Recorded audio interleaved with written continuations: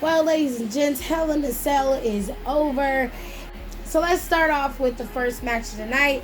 It was Bianca Belair versus Bayley for the SmackDown Women's Championship. And although I did not feel that this feud needed to end inside Hell in a Cell, I'm glad that it did, because it showed what Bianca was capable of beyond just being the girl who beat Sasha Banks at WrestleMania. You got to see her strength. You got to see how far she was willing to go to keep that title. And Mamas did the damn thing in that match. Bayley was a worthy adversary for Bianca, testing her, and she kicked her ass in that damn cell. But Bianca was able to will out and take... She took Bayley, put her in the KOD on the fucking ladder, and I was like, bitch, that's for the ancestors. What? Juneteenth just passed yesterday and the ancestors are smiling down on you, girl. You better do that shit. What? Bianca did the damn thing, and I am very proud of her, and she put on an awesome match. Cannot be any more proud of my girl Bianca Belair. She is doing great things, and she was able to best one of her most worthy adversaries in Bayley. From the mind games to the matchups to the attacks, Bayley did everything she could to take Bianca Belair off her game, but it just did not will out in the end. And you got to give big props to Bayley, but congratulations to you, Bianca, on your W in your very first Hell in a Cell. You did amazing, girl. We're proud of you. The ancestors is proud of you, girl. Let's move on. Today, Alexa Bliss went up against Shayna Baszler, and I have to start with that match. That was not the second match of the night, but she did go up against Shayna Baszler. And the reason why I'm bringing her up is because, child, I thought the match was hilarious. I thought it was funny. I thought that it still let Shayna be Shayna, but Shayna got beat. And the mind games were definitely there. And it was a cute and campy way to bring Alexa Bliss out, to show what she was going to be delivering and what she's capable of. And all I can remember about that match was that Liquid J moment that Nia Jax and Alexa Bliss had, where fucking Bliss was controlling Nia, and Nia slapped the dog shit out of Reginald. When I tell you that shit was funny, I was like, why y'all go on Instagram and steal Splack's Liquid J character? Why y'all do that? Don't steal from people on Instagram. Don't do that, WWE. We see you. We see you, girl. You out here stealing. A mess, honey. But anyways, Alexa Bliss was able to best Shayna, despite Shayna and her superior efforts to take out the wicked, twisted Bliss. She was actually bested by the twisted Bliss. So congratulations to Bliss winning in her new character. Of course, she was able to pick up the W. So let's double back and talk about some of the other matches. The non-title bouts. We talked about Bliss. Let's move into KO and Sami Zayn. Now, a lot of people are tired of KO and Sami Zayn, but me personally, I love watching them fight. I think they have amazing chemistry. It's so much fun to watch them fight.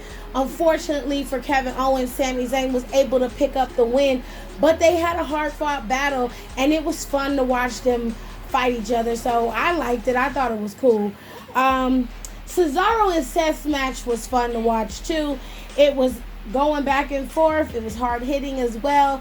But ultimately, Cesaro lost on a roll-up. It was a fair roll-up. There was nothing that could be contested. So right now, Cesaro and Seth Rollins are 1-1. I don't know how they're going to end this bout between the two of them, other than to take it further to Money in the Bank. But if it were me, I wouldn't do that. I would just let them end it at, the next SmackDown inside a steel cage or something, and let that be the end all be all of it. It really could have ended inside Hell in a Cell, because that match was volatile enough to go there. as was another match that's on this match card today, but we're not going to speak on that until we get to it, which is right now, which was Rhea Ripley versus Charlotte Flair. Another very emotionally driven match.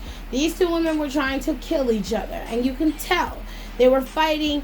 It was massive. It was bad. So they got towards the end where Rhea Ripley blatantly cheated, cost herself the W, but ultimately retained her title due to the fact that, per the rules, no title can change hands via disqualification unless there's a special stipulation in that match.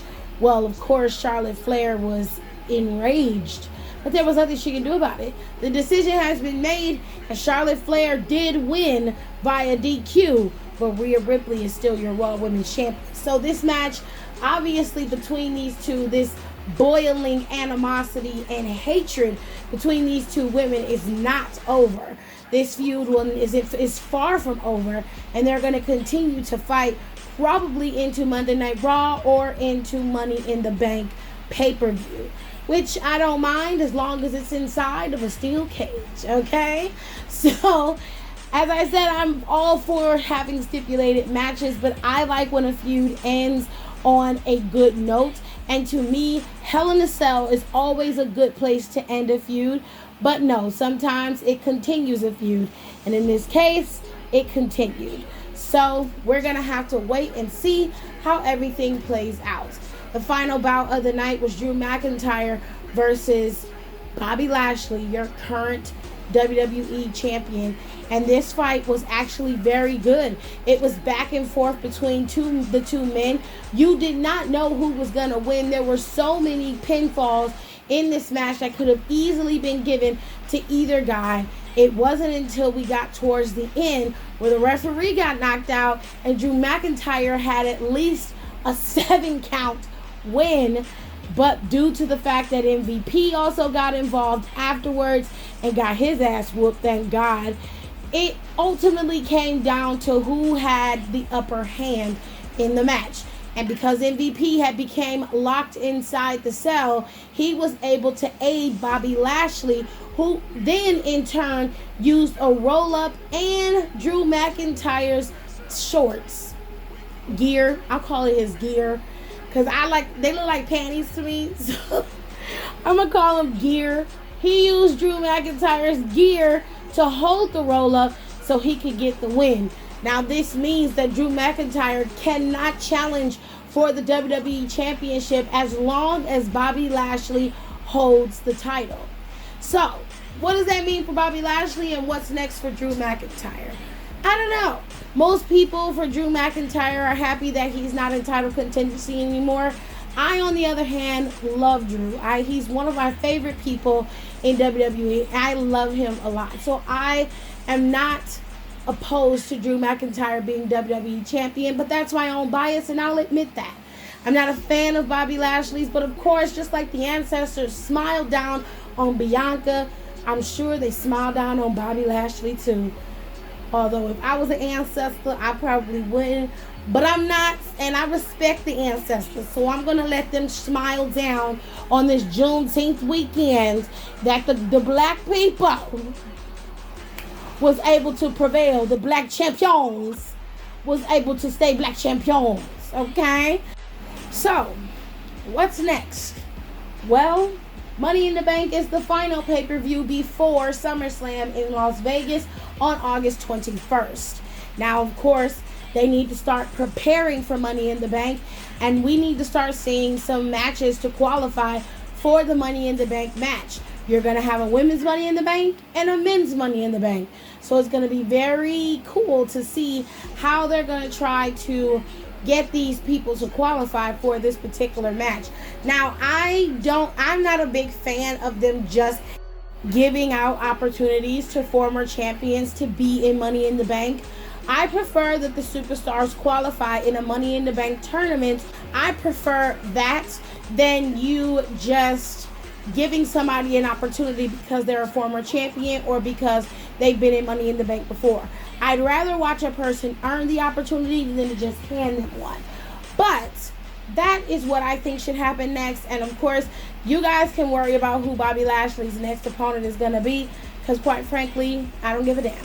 And as far as Bianca goes concerned, it's very curious to me as to who Bianca's going to go up against next. But if it were me, I'd put her up against Carmella, seeing as how Carmella's the only other women's champion on the roster that Bianca has not beaten on her roster outside of Natalya. But to me, Natalya doesn't really count because she's a tag team champion right now. So right now, Carmella's the only other champion that has former champion that Bianca hasn't bested. So I guess they might start a feud with her. If they do, cool. If they don't, we'll have to wait and see where everything goes. Or maybe you'll get a little surprise from Baszler. You don't know who Baszler is? That's a.k.a. Crotchfire, a.k.a. B.K.A. rather, Becky Lynch. So maybe Becky Lynch will pop back up and challenge Miss Bianca Belair for the SmackDown Women's Championship. You never know. But that was your Hell in a Cell pay-per-view. It wasn't a bad pay-per-view. It was okay. It wasn't great, but it wasn't bad. It was straight to the point. The matches weren't bad. They were pretty damn good as far as I'm concerned. Everything pretty much just went the way that it should. And everybody is either indifferent or they just don't care. So how do you guys feel about Money in the Bank? Let me know in the comments below. I am your girl, Tiffany E. And as always, I'm coming to you with all of the mess. And I tried to make this as funny as possible. But I did actually enjoy Hell in a Cell. I thought the pay-per-view was great. I really love Bianca and Bayley's match. Absolutely my favorite match of the night. Second favorite match would have to go to Charlotte and Rhea, because I like the way those two brawled. Like, they were in there fighting, and I was like, girl, yes, give us all the feels. Loved it. So, with all that being said, I hope you guys enjoyed my little review of Hell in a Cell.